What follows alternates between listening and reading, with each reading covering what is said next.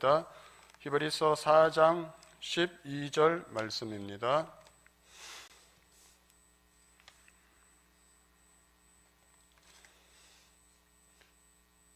히브리서 4장 12절 한 절 말씀입니다. 우리 같이 한번 한 목소리로 읽겠습니다. 시작.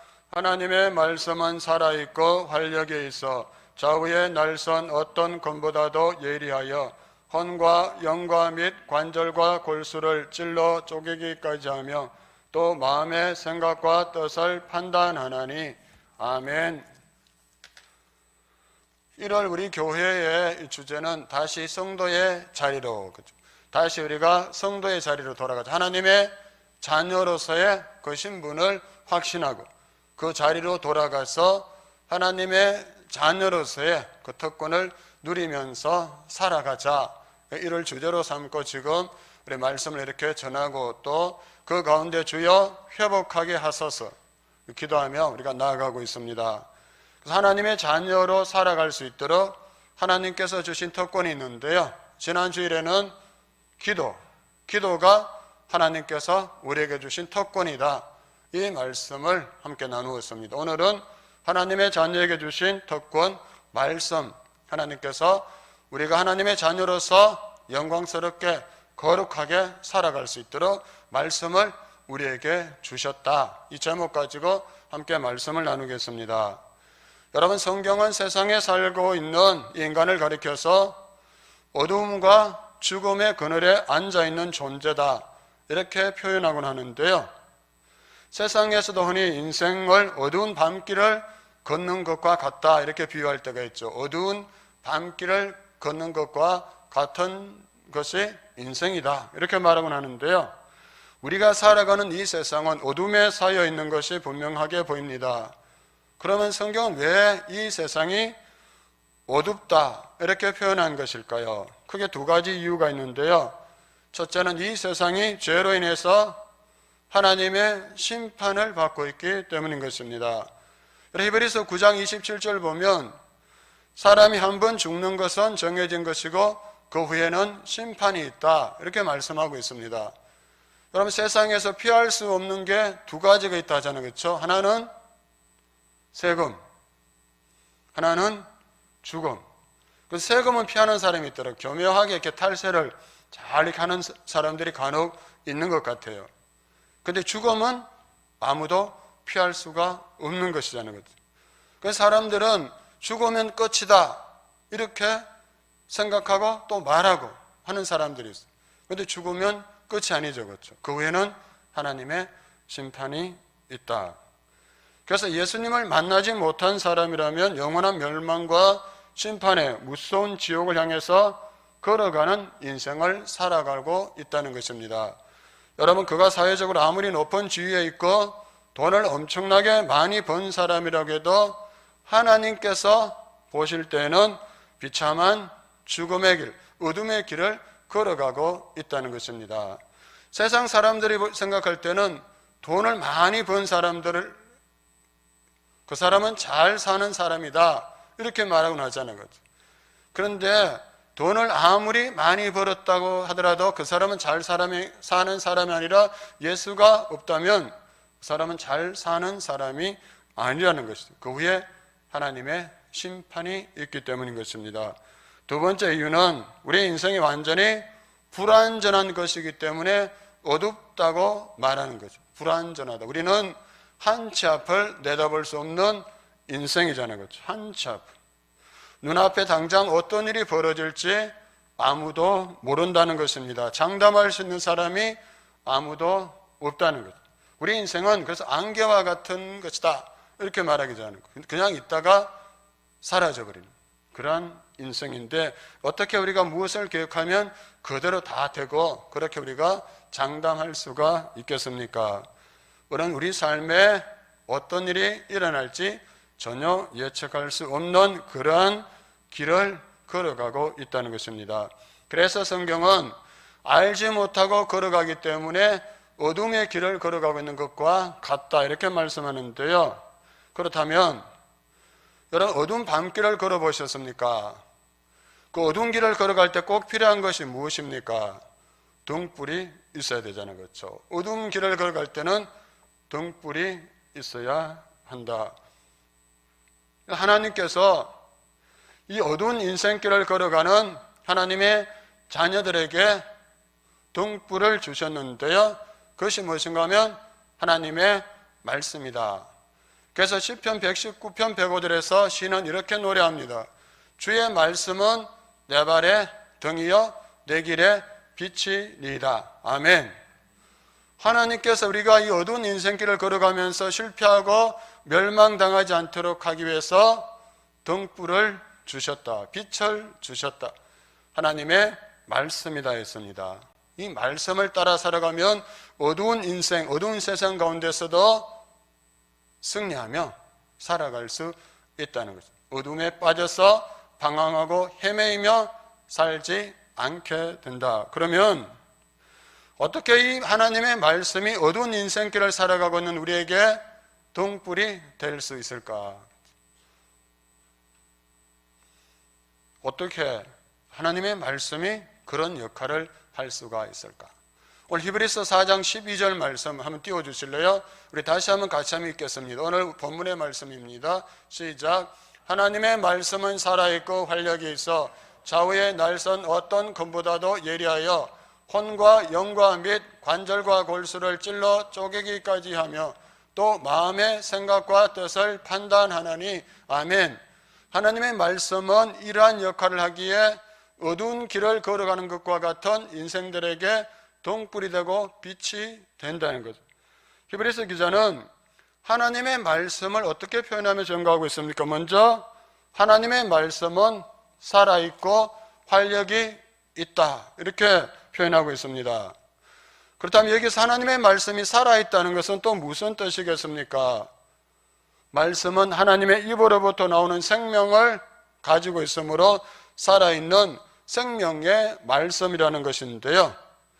즉 그 말씀은 하나님의 입에서 나오는 말씀이기에 반드시 이루어지며 그 자체에 놀라운 생명력이 있다는 것이에요. 여러분 창세기 1장을 보시면 어떤 표현이 반복해서 나오고 있습니까? 그거 자세히 보시면 하나님이 이르시되 그대로 되니라. 하나님이 창조하신 그 사건을 기록하면서 하나님이 말씀하시니까 그대로 되었다. 하나님이 말씀하시니까 그대로 되었다. 이렇게 반복해서 이렇게 표현하고 있습니다. 하나님이 말씀하시면 무엇이든지 그대로 된다는 것이죠. 왜냐? 하나님의 말씀은 살아있기 때문이다. 또 이사야서 55장 11절 보면 이렇게 말씀합니다. 나의 입에서 나가는 말도 내가 뜻하는 바를 이루고 나서야 내가 하라고 보낸 일을 성취하고 나서야 나에게로 돌아올 것이다. 아멘. 여러분 하나님의 말씀은 하나님의 입에서 나오는 그 말씀은 하나님의 뜻하신 바를 반드시 이루고 하나님께서 하기를 원하시는 그 일을 반드시 성취한다는 것입니다. 그래서 하나님의 말씀은 생명이 있다. 우리의 말도 힘이 있잖아요. 사람의 말도 힘이 있는데 천지를 창조하신 하나님의 말씀은 얼마나 힘이 강할까요? 하나님 말씀하시면 그대로 된다. 그래서 이 말씀을 믿고 나아가는 자에게 하나님의 말씀은 엄청난 능력과 힘을 나타내기 때문에 하나님의 자녀에게 주신 특권이 된다는 것입니다. 또 하나님의 말씀은 활력이 있다. 활력이 있다 했는데요. 활력은 헬라어로 에네르게스인데요. 이 활력에는 활동, 작용, 힘, 에너지, 효능, 생기 등의 이 뜻을 포함하고 있습니다. 그래서 히브리서 저자는 당시 사람들이 잘 알고 있었던 단어를 사용해서 하나님의 말씀은 활동적이고 힘이 있고 목적을 달성할 만큼 혈력이 있다 이렇게 나타내고 있는데요. 하나님의 말씀이 이처럼 효과적이며 강력한 것은 살아계신 하나님께서 말씀을 통해서 자신의 뜻을 표현하시기 때문인데요. 하나님의 말씀에는 생기가 들어있다. 그래서 활력, 운동하는 에너지가 그 속에 포함되어 있다는 것입니다. 여러분 에스겔서 37장 4절 5절 보면 엄청난 말씀이 나오는데요, 저도 혼자 기도할 때 이 말씀을 품고 막 선포하면서 기도할 때가 있습니다. 하나님, 에스겔서 37장에 나오는 이 말씀이 우리 성도 각자와 가정과 일터와 이 교회 가운데, 나라와 민족 가운데 그대로 성취되게 해 주소서라고 선포하며 기도하는데요, 37장 4절 5절에서 이렇게 말씀하고 있습니다. 또 내게 이르시되 너는 이 모든 뼈에게 대언하여 이르기를 너희 마른 뼈들아 여호와의 말씀을 들을지어다. 주 여호와께서 이 뼈들에게 이같이 말씀하시기를 내가 생기를 너희에게 들어가게 하리니 너희가 살아나리라. 아멘. 이 말씀이 선포될 때가 어떤 상황이었냐면 이스라엘 백성들이 스스로 말하기를 우리의 뼈가 말랐고 우리의 희망도 다 사라졌으니 우리는 망했다, 우리는 다 끝났다, 스스로 이렇게 생각하고 있을 때 하나님께서 에스겔 선지자에게 환상을 통해서 하나님의 말씀을 대언하면 생기가 그들 속에 들어가게 될 것이다. 그래서 에스겔 선지자가 하나님의 말씀을 대언하자 하나님의 생기가 들어가고 마른 뼈들이 다 일어나서 서로 연합되어서 어떻게 됐습니까? 뼈들이 하나님의 군대를 이루었다. 아멘. 마른 뼈들, 희망이 없어요, 소망이 없어, 아무 생명이 없어요. 말랐으니까 다 끝난 거잖아요. 그런데 그게 하나님의 말씀이 선포되고 하나님의 생기가 들어가자 그 뼈들이 살아나서 연합해서 하나님의 군대를 이루었다. 즉 그들의 사라져버린 회복에 대한 소망과 비전이 다시 살아났고 나중에 그들이 하나님께서 그 예언하신 대로 성취하시는 것을 이스라엘 백성들이 보게 되었던 것입니다. 2021년 주여 이제 회복하게 하소서. 회복하는 것 여러분 목사가 할 수 있을까요? 아니에요. 대통령이 할 수 있을까요? 아니에요. 장관들이 할 수 있을까요? 아니에요. 누가 할 수 있을까요? 오직 하나님밖에 없습니다. 하나님만이 우리를 회복하게 하실 수 있고 하나님 우리를 새롭게 하실 수 있고 하나님께서 이 코로나19 바이러스로 인해서 무너지고 흔들리고 약해져가는 이 나라와 민족, 교회 공동체, 우리 가정, 각자의 삶을 다시 회복하게 하실 수 있다는 것, 이 믿음이 우리에게 있어야 한다. 그 믿음 가운데 하나님의 말씀이 선포되고 그 말씀 붙잡고 기도하며 나아갈 때 하나님께서 우리를 회복하시는 놀라운 역사를 보게 된다는 것. 그래서 나를 보면 안 돼요. 대통령을 봐서도 안 되고요. 여러분 힘 있는 누군가를 봐서도 안 돼요.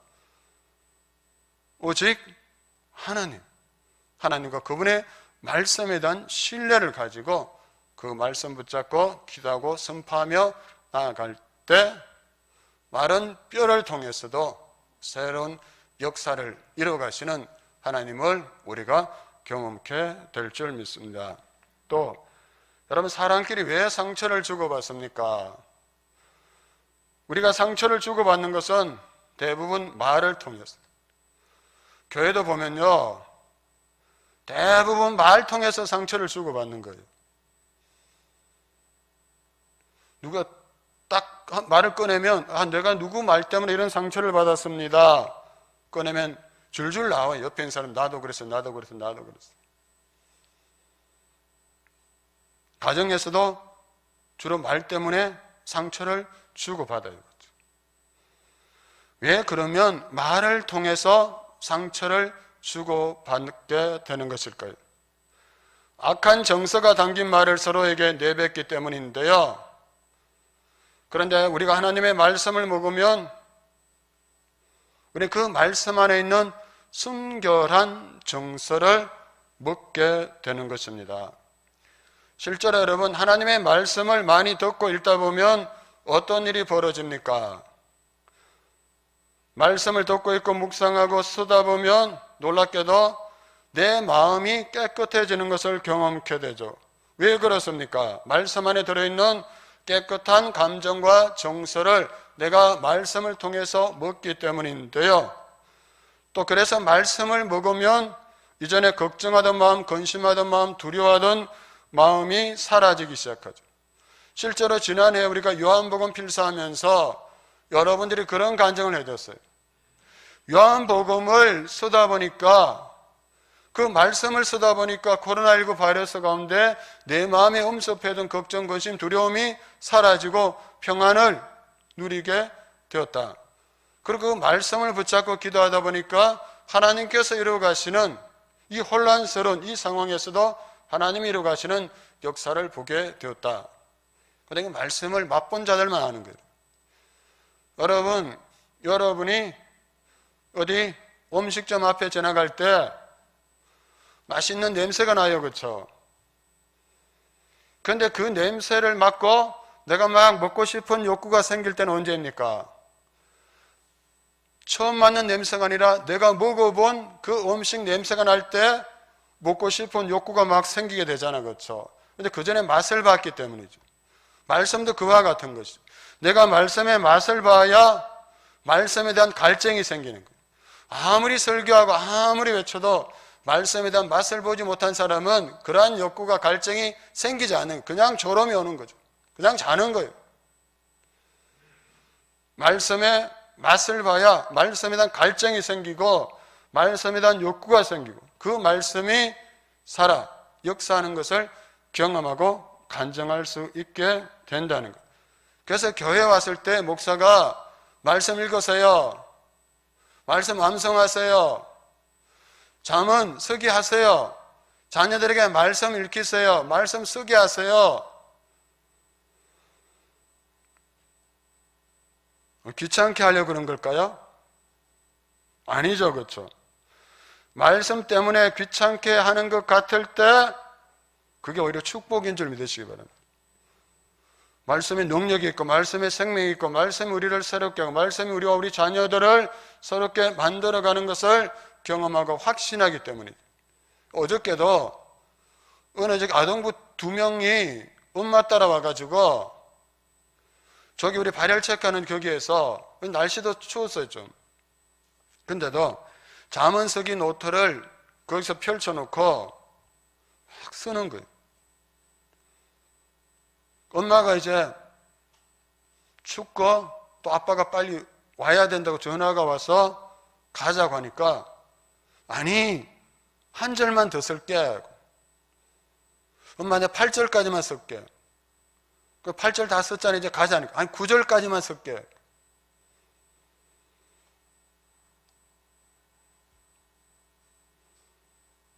너무나 아름다웠어요.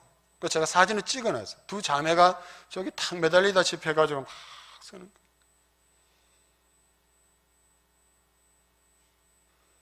그게 뭐 대수로운 일이라고요? 이렇게 생각하실 수도 있겠지만 저는 목사로서 말씀의 능력을, 말씀의 에너지를 믿기 때문에 그 모습이 너무나 아름답고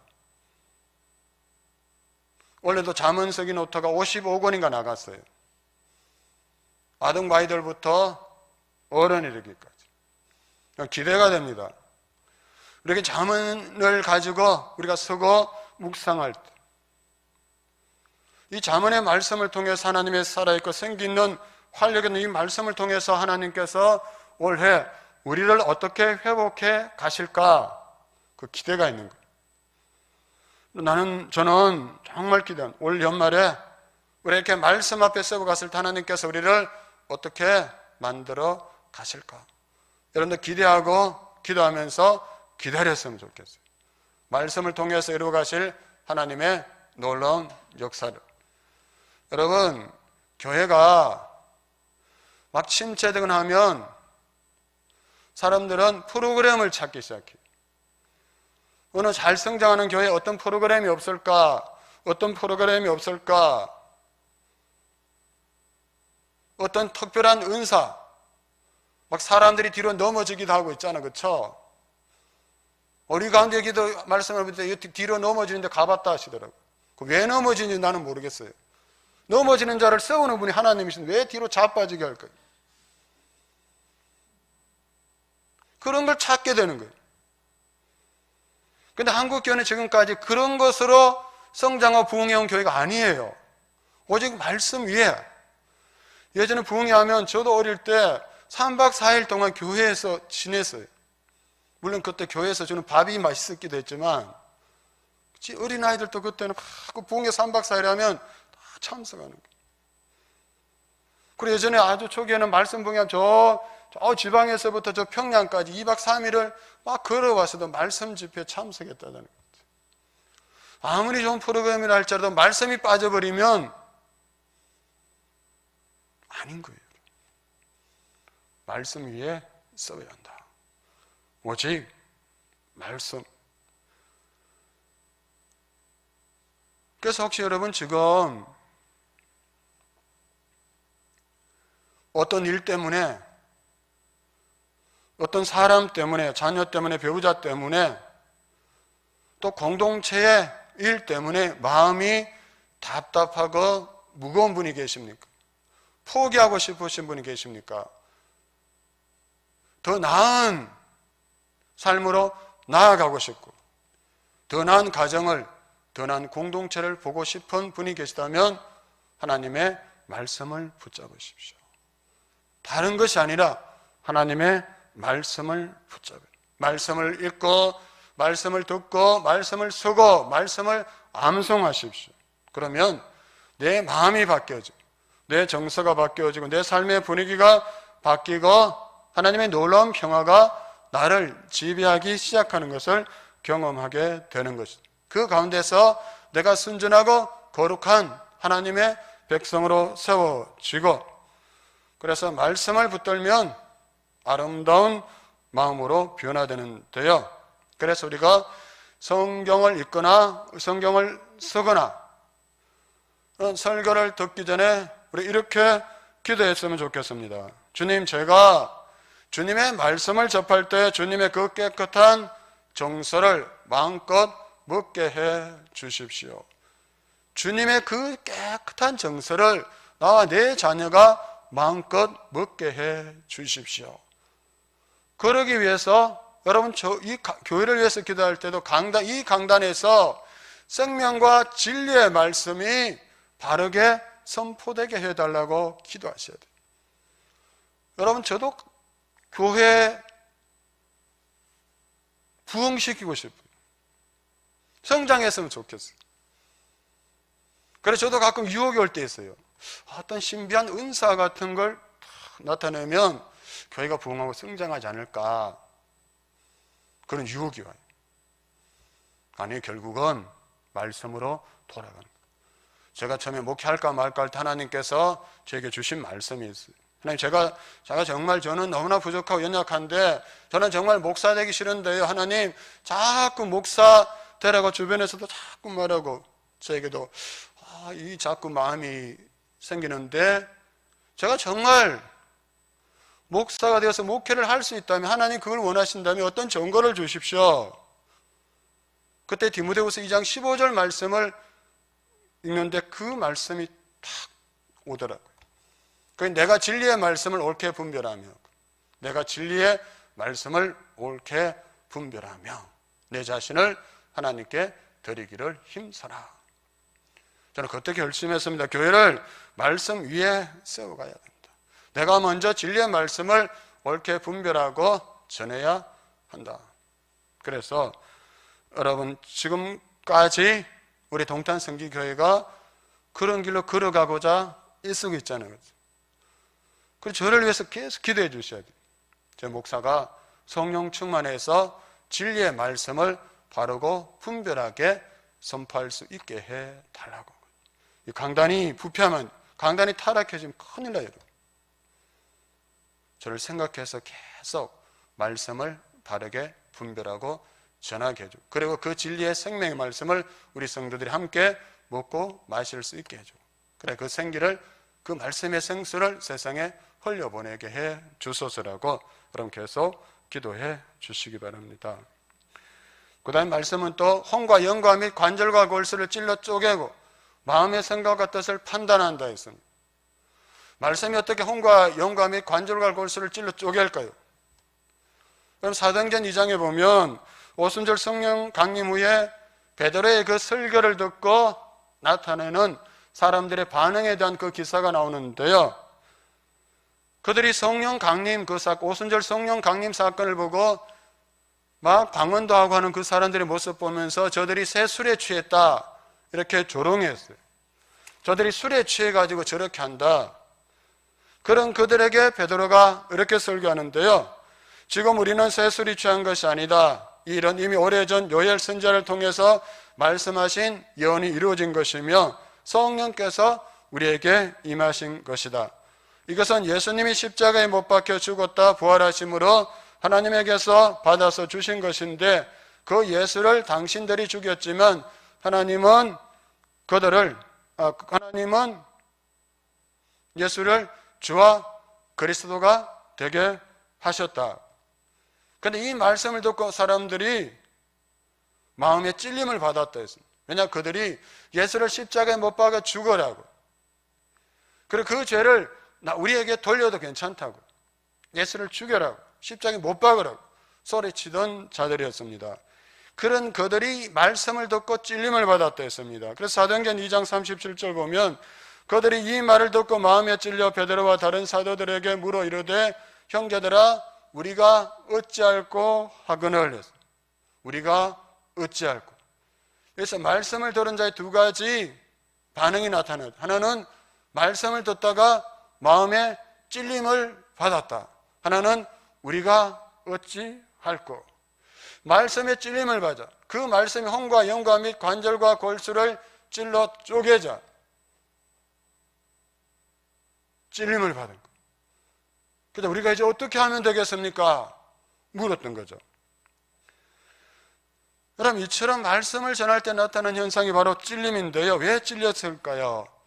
죄에 대한 깨달음 때문이죠. 그렇죠?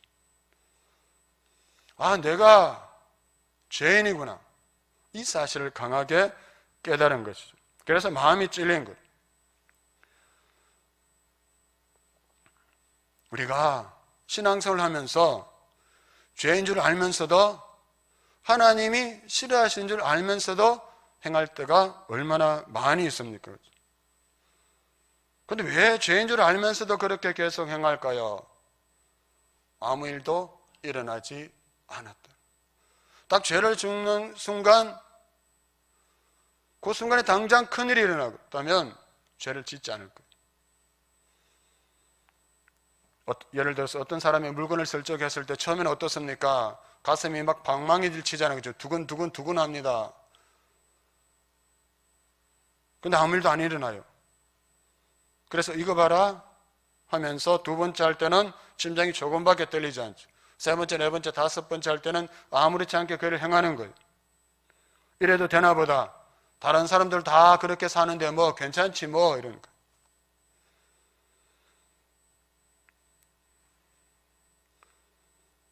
아무 일도 안 일어나니까 계속 그 길을 걸어가는 거죠. 그런데 어느 날 갑자기 말씀을 듣다 보니까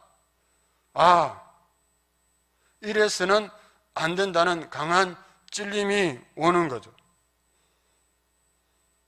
하나님의 말씀을 들을 때 성령께서 우리 마음에 강하게 역사하시며 그동안 자기가 저지른 죄악과 자기 마음대로 살아온 무지와 교만이 절실하게 깨달아지는 것이죠.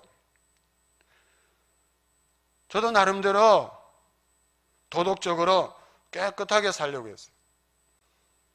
주차 하나 하는 것도 주차선 안에 정확하게 지나게 몇 번 앞으로 갔다 뒤로 갔다 계속 해야 되고, 교통신호도 될 수 있으면 최대한 지키려고. 제 주머니에 보신 분 계실 거예요. 쓰레기가 여러 종류의 쓰레기가 여기 막 들어있어요. 어떤 분이 목사님 왜 그거 넣어 다니세요? 길거리 가다가 쓰레기 있으면 여기 집어넣는 거예요.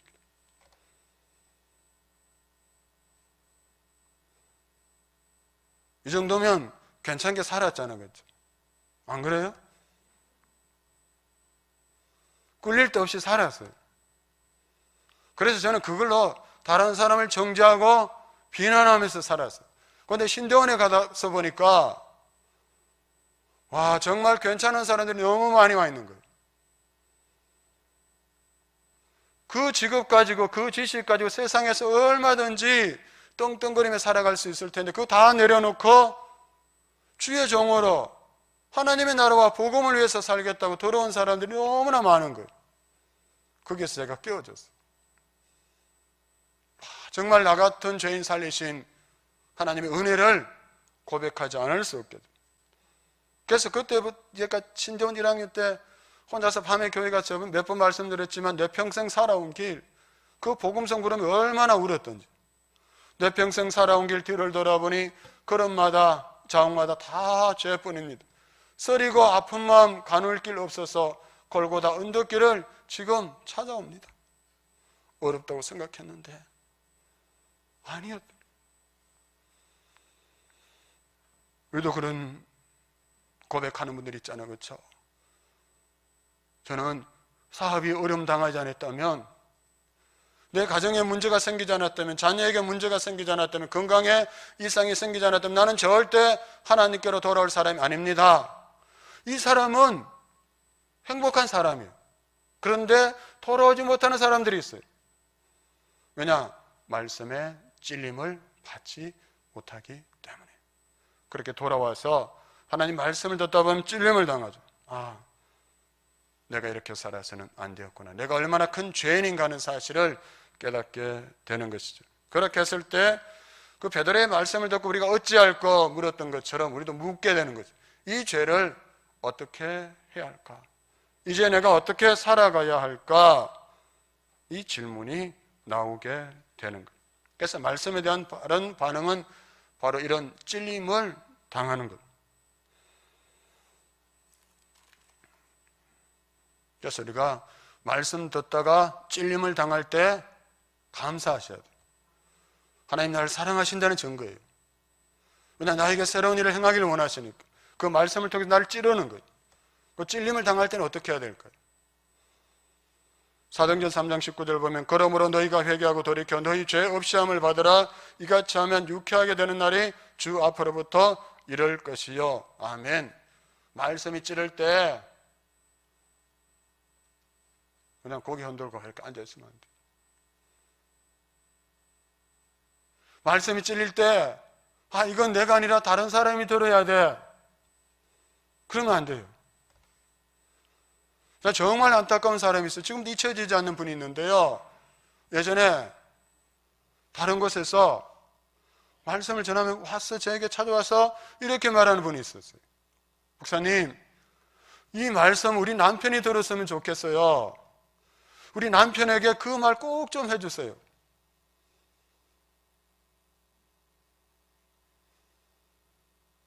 근데 나중에 어떤 일이 일어난지 아십니까?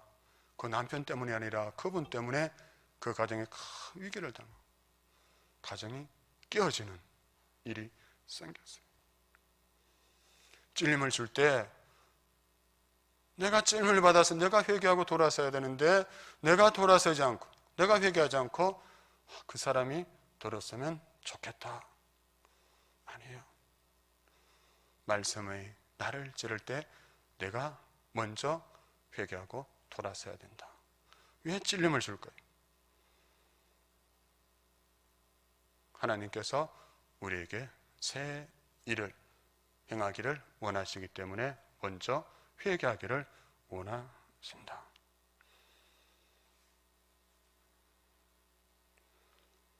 저도 이 강단에서 회개, 십자가, 용서 이런 설교하는 건 기쁜 일은 아니에요. 예수 믿으면 복 받습니다. 예수 믿으면 건강해집니다. 예수 믿으면 부자 됩니다.